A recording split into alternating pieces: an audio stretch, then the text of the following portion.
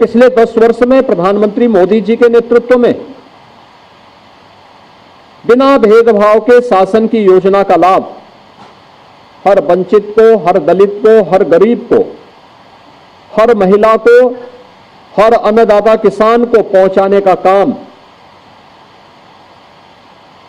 यह भारतीय जनता पार्टी की सरकारों ने किया है। लेकिन हमारी समस्या क्या है कि हम उस बात को बार बार दोहरा नहीं पाते। जिन लोगों को सुविधा मिली है उन लोगों तक हम इस बात को पहुंचाने के लिए कुछ देर प्रयास करते हैं, फिर वह प्रयास कहीं ना कहीं रुकता है।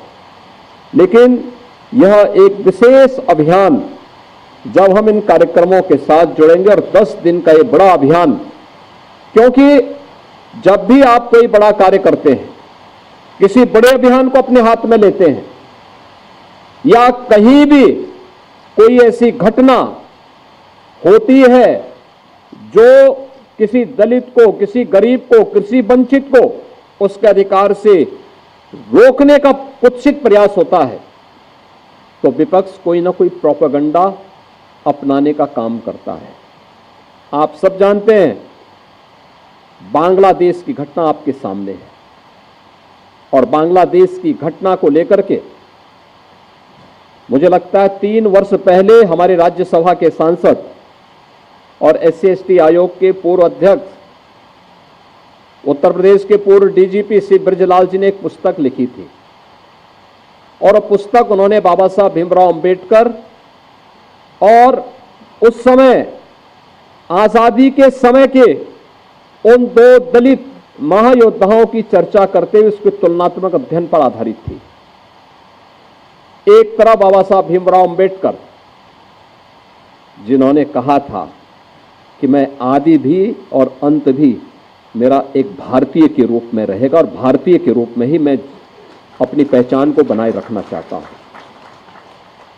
और दूसरी तरफ जोगेंद्र नाथ मंडल थे, जिन्होंने पाकिस्तान का समर्थन कर दिया, लेकिन 1 वर्ष भी पाकिस्तान में नहीं रह पाए थे। बहनों और भाइयों, जोगेंद्र नाथ मंडल के कृत्यों की सजा आज भी बांग्लादेश के अंदर वहां का हिंदू प्राप्त कर रहा है।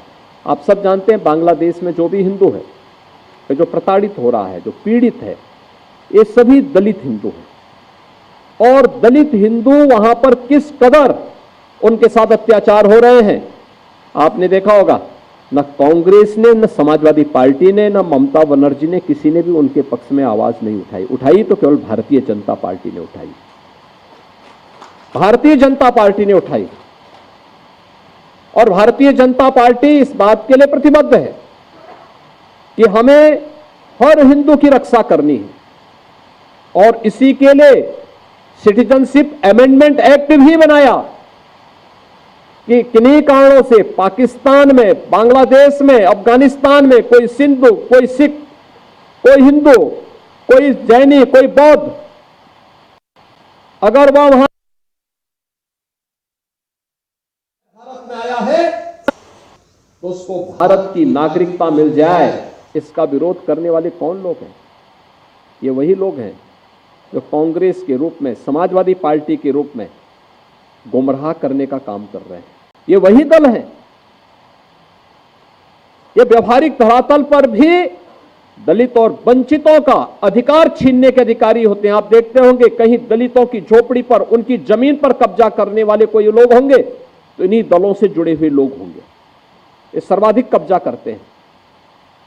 और ठीक बात है कि सरकार का डंडा है, सरकार उनको ठीक भी करती है, दुरुस्त भी करती है, कि जिससे वे लोग गरीबों की, वंचितों की जमीनों पर कब्जा न कर सके। लेकिन फिर भी उनके द्वारा किस प्रकार के राग अलापे जाते हैं, हमें आश्चर्य होता है। ये वही राज्य है और यह देश वही देश है जिस देश में वक्फ के नाम पर लाखों एकड़ लैंड कब्जे की गई है। और उनके पास कोई कागज नहीं, कोई राजस्व रिकॉर्ड नहीं, और राजस्व रिकॉर्ड नहीं तो सभी को वापस लेने की कार्रवाई, जब इस संशोधन विधेयक संसद में पारित हुआ है और अब इस पर कार्रवाई हो रही है, तो इसके लिए हिंसा भड़काई जा रही है। हिंसा में आपने देखा होगा कल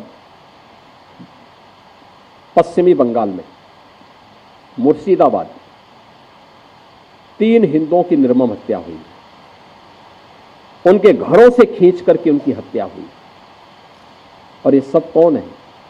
ये सभी वही दलित हैं, वही वंचित हैं, वही गरीब हिंदू हैं जिसको इस जमीन का सर्वाधिक लाभ मिलने वाला है,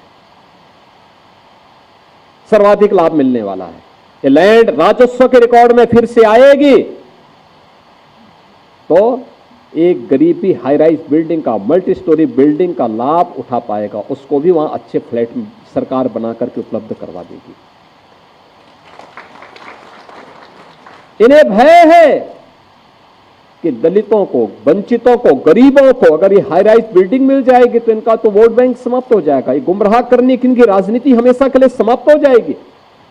इसलिए लोग हिंसा भड़का रहे हैं, हिंसा का रास्ता अपना रहे हैं। आप देख रहे होंगे सिटीजनशिप अमेंडमेंट एक्ट पारित होने में जिसका लाभ सर्वाधिक पाकिस्तान, बांग्लादेश या अफगानिस्तान में जो वंचित हिंदू था, दलित हिंदू था, उनको भारत की नागरिकता देने का काम, जो किन्हीं कभी भी भारत में आए थे, 5 वर्ष पहले आए थे, उनको जब नागरिकता देने के कार्यक्रम को प्रधानमंत्री मोदी जी ने आगे बढ़ाया, इन्होंने पूरे देश के अंदर आंदोलन शुरू कर दिया, अभियान चालू कर दिया, बड़े बड़े आंदोलन किए, तोड़फोड़ की, आगजनी की।